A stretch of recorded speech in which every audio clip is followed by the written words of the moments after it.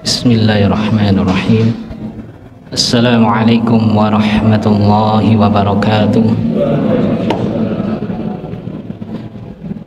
Alhamdulillahilladzi arsala rasulahu bil huda wa dinil haqq liyudhhirahu 'alad dini kullih wa kafaa billahi shahida.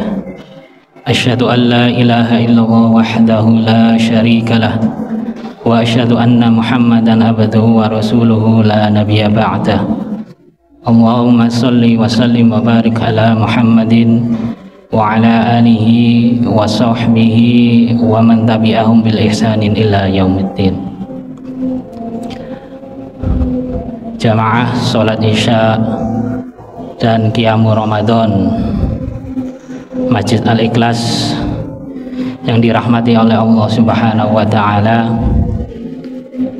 pertama-tama dan yang paling utama, marilah kita senantiasa memanjatkan puji syukur kita kehadirat Allah Subhanahu wa Ta'ala, yang mana sampai detik ini kita masih diberikan kesempatan, kita masih diberikan kesehatan, dan yang terlebih penting kita masih diberikan iman.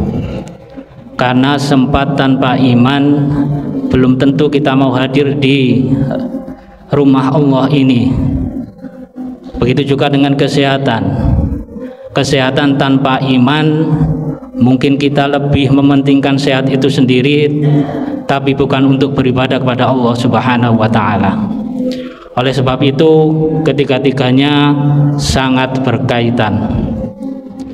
Salawat serta salam semoga tetap tercurahkan kepada Nabiullah Muhammad sallallahu alaihi wasallam beserta keluarga, para sahabat, dan juga para pengikutnya. Saderenge kula nyuwun ngapunten nggih, kula niki boten saged ceramah ya. Cuma kula niki nyatet-nyatet mawon nggih. Hadirin jamaah salat Isya dan Qiyamul Ramadan yang dirahmati oleh Allah Subhanahu wa Ta'ala, ada satu perkara yang mana perkara ini ketika ditimpakan kepada manusia, ketika ditimpakan kepada kita, maka kita tidak akan bisa mengelaknya atau menghindarinya. Apakah perkara itu? Perkara itu ialah takdir. Takdir itu ada dua, takdir buruk dan takdir baik. Sebagaimana dalam sebuah hadis riwayat Muslim yang artinya, dan engkau beriman kepada takdir yang baik maupun yang buruk. Namun menurut Allah semua takdir itu adalah baik. Adapun yang merasakan jelek itu adalah kita sendiri.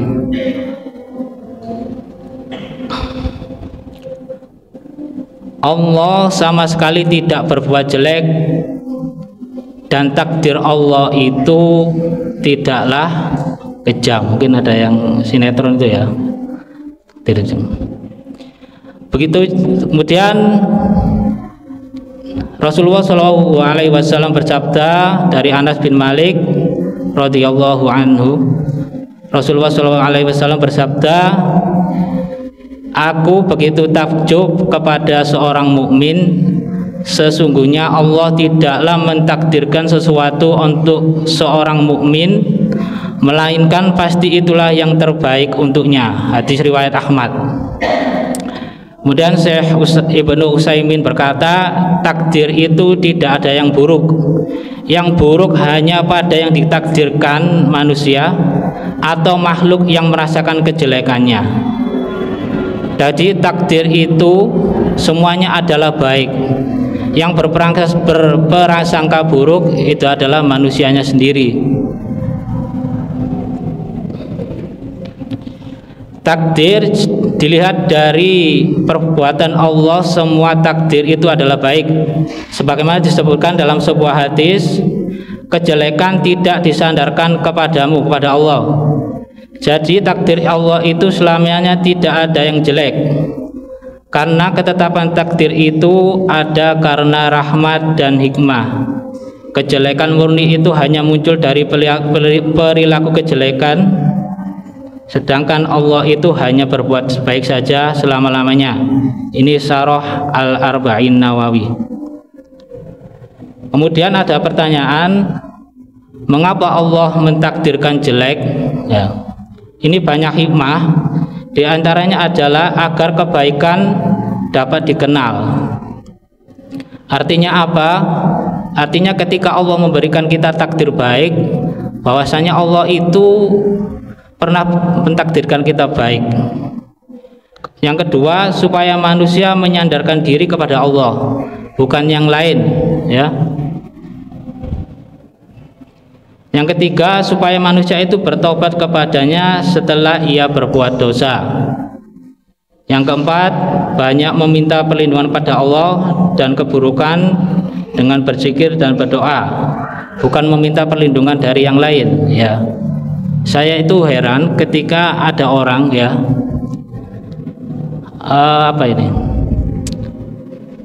merasa sok jago, ya, tapi orangnya ini rajin sholat. Tapi dibalik itu, beliau ini, mereka ini memakai kayak apa ya, semacam kekuatan, ya, mungkin dari dukunnya, ya. Jadi hati-hati. Kalau kita sudah rajin sholat, rajin beribadah, kemudian kita masih pakai hal-hal yang itu dimurkai oleh Allah, sebaiknya kita tinggalkan. Maka pahala sholat kita, semua ibadah kita tidak akan diterima oleh Allah Subhanahu wa Ta'ala. Kemudian yang kelima, hikmahnya adalah ada maslahat besar di balik kesulitan dan musibah yang menimpa.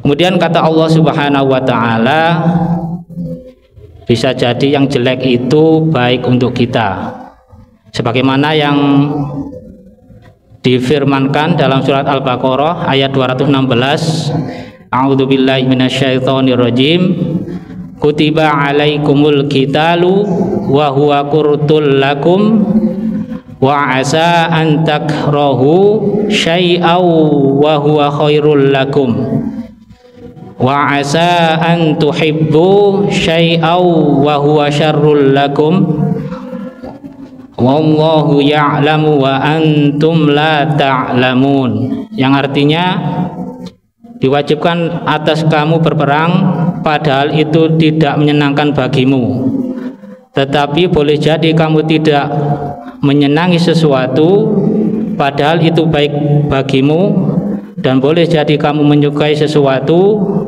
padahal itu tidak baik bagimu. Allah mengetahui sedangkan kamu tidak mengetahui. Kemudian dalam tafsir Az-Zarawatin, Allah yang lebih mengetahui akibat terbaik setiap perkara. Allah yang maha tahu yang paling maslahat untuk urusan dunia dan akhirat kita, sedangkan kita sendiri tidak mengetahui yang terbaik dan yang terjelek untuk kita. Maka dari sini dapat kita simpulkan bahwasanya ketika kita ditimpakan takdir buruk oleh Allah Subhanahu wa Ta'ala, kemudian kita menjauh dari Allah Subhanahu wa Ta'ala, maka sesungguhnya kita telah memilih takdir kita sendiri. Akan tetapi ketika Allah menimpakan takdir buruk kepada kita, kemudian kita mendekat kepada Allah, maka itulah yang dikehendaki oleh Allah Subhanahu wa Ta'ala.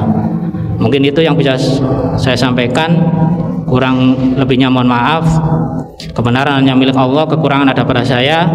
Nun wal qalami wa ma yasturun. Billahi fi sabil haq fastabiqul khairat. Assalamualaikum warahmatullahi wabarakatuh.